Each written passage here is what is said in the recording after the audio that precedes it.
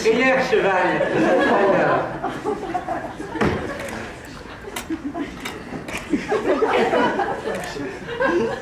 Pour la dernière pièce, Souffrance muette, écrite par Quentin Cariou et Françoise Aignier.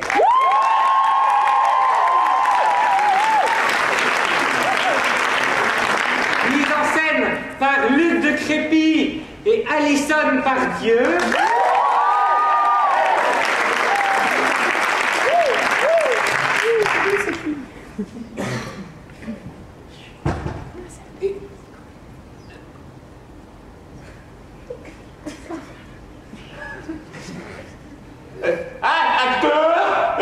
Clément Faure, Aliénor, Martin Péridier, Thomas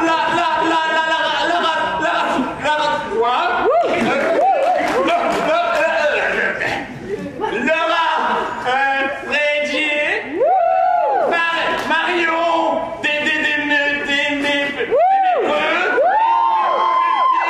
des Guignards.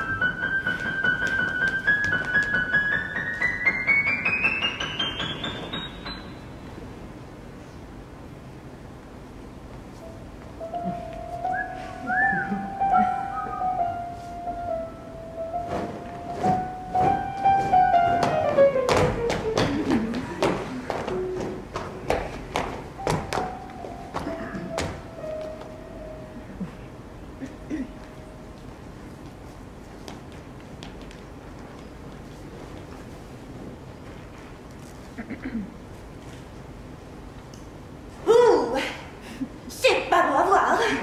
Bah mon petit bonhomme, qu'est-ce qui t'est arrivé? Fais-moi voir ça.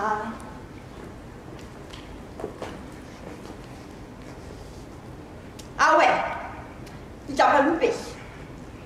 Encore un de ces psychopathes incapables de tuer proprement. Il t'a charcuté comme un apprenti boucher qui n'ose même pas regarder. Amateur. C'est si simple pourtant. Oui, messieurs, dames, c'est si simple.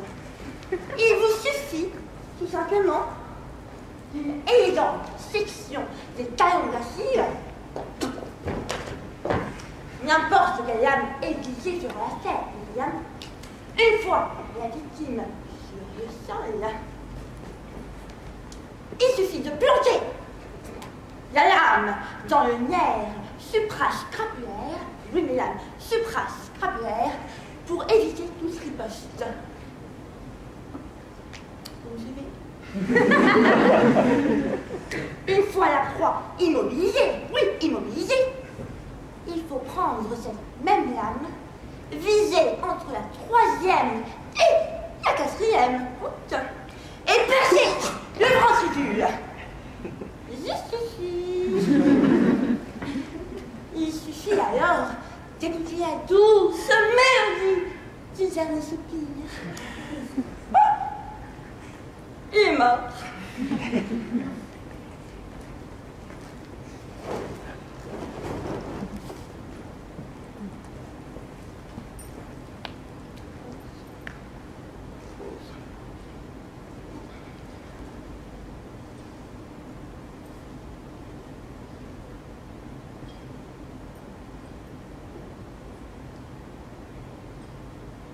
Ah, qu'est-ce qu'on a ce matin alors? Oh, rien d'inhabituel. Rien. Comme 73% des homicides de la région, il s'agit d'une affaire particulièrement... Tiens, vous négligeriez quelques preuves?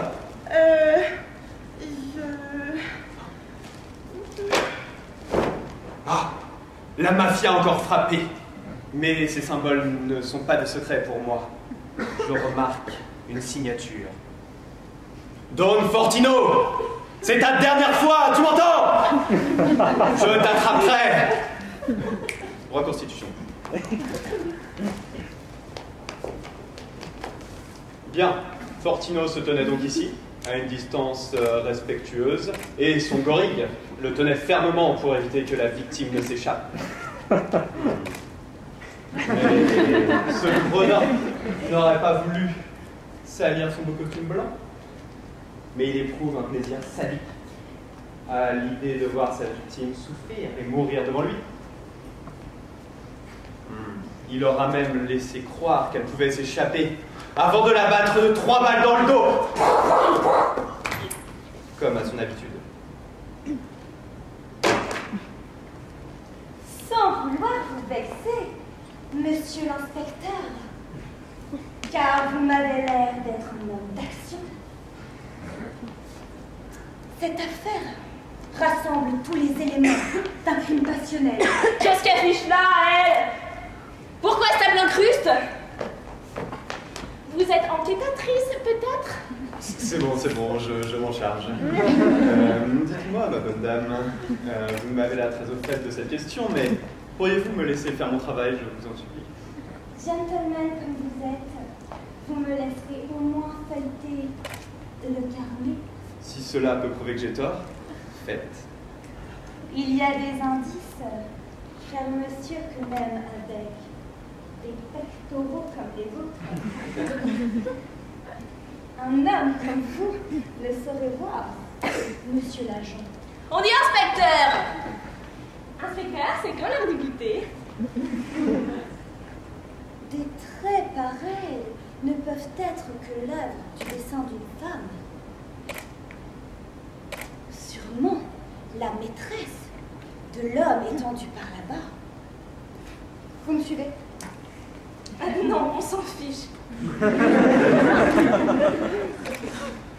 Les deux amants se seront enlacés, fous amoureux, lorsque, dans le creux de son cou, elle aura senti le parfum d'une femme.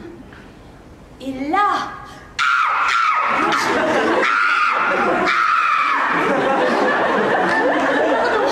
Mais c'est comme ça que ça a dû se passer.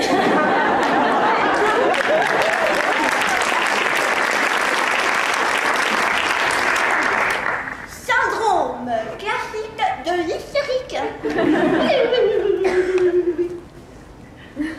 Ce phénomène est généralement trouvé chez les femmes de ce type.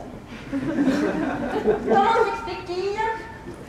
Il naît d'une régression phallique, donnant lieu à un refus tige, très joueuse et trigénitale, aussi appelée sous le nom de la petite fille alécieuse. Enfin, une petite gamine qui s'appelle quoi? Ferme-la, l'intello. Et laisse-la tranquille. Si tu veux pas que je te mette mon poing dans la bouche et que ton orthophoniste recommence son travail à zéro. Tu peux pas me frapper? J'ai des lunettes. Je devinerai jamais ce qui m'est arrivé. Je me baladais tranquillement dans le coin. Et me voilà coursée par un facochère. Il faisait au moins 3 mètres d'eau. Il avait les yeux tout rouges. On aurait dit un suppôt de Satan. C'est qui est mort? Mais l'important, ce n'est pas de savoir qui est cette personne, mais comment il a atterri là. Et monsieur l'agent, ici, qui possède de nombreux atouts, tant physiques que... beaucoup d'atouts physiques, se trompe complètement sur la question. Enfin ça, c'est ce qu'il la laisse dire. Alors que moi, je dois toujours me taire. Eh bien, fais partager tes connaissances, tes grandes théories, au lieu de t'empiffrer comme d'habitude.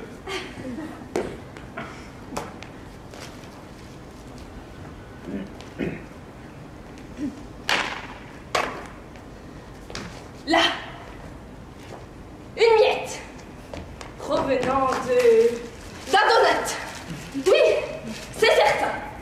Il était là, assis à cette table, en train de le déguster.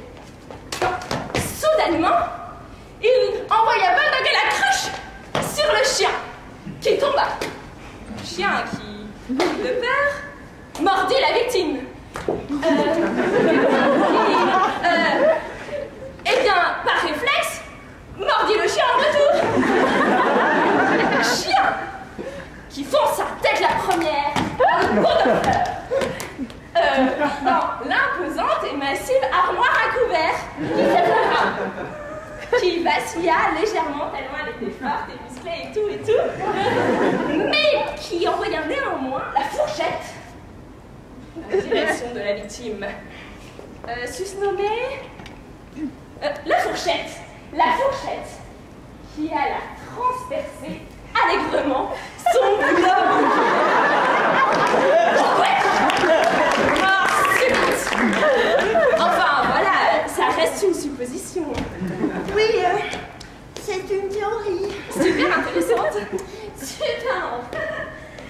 Mais c'est quand même pas très crédible, hein. Laissez-moi vous présenter ma théorie qui est des plus vraisemblable. D'après cet texte croque de l'anatomie de notre ami le facochère unijambiste à 3 têtes, je dirais que notre ami, la victime, était un fin connaisseur, si ce n'est plus, du genre porcin.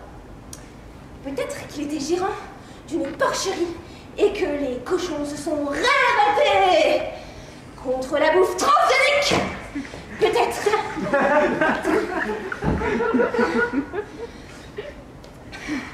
Peut-être qu'il était soigneur d'un zoo et que tous les éléphants se sont révoltés parce que leur régime alimentaire avait changé. Il avait décidé de ne plus leur donner d'OGM.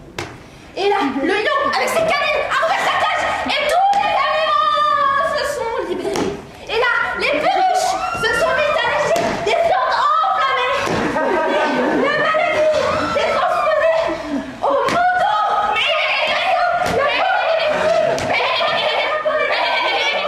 Et les chiens.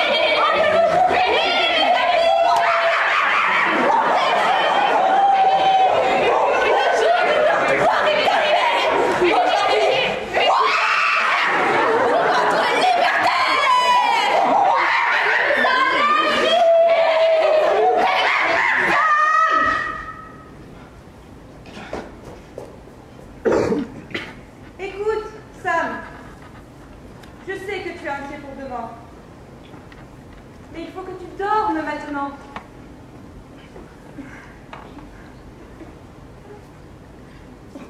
Je sais, mais tu te feras des amis, tu verras.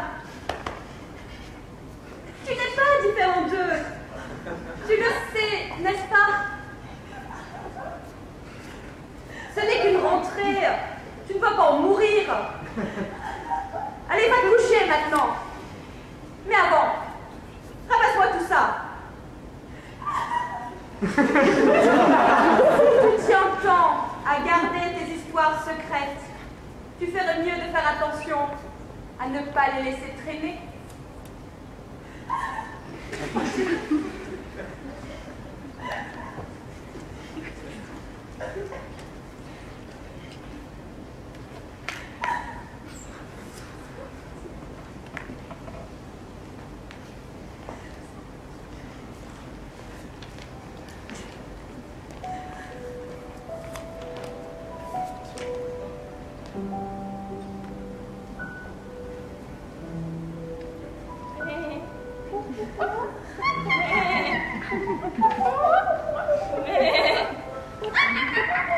Mais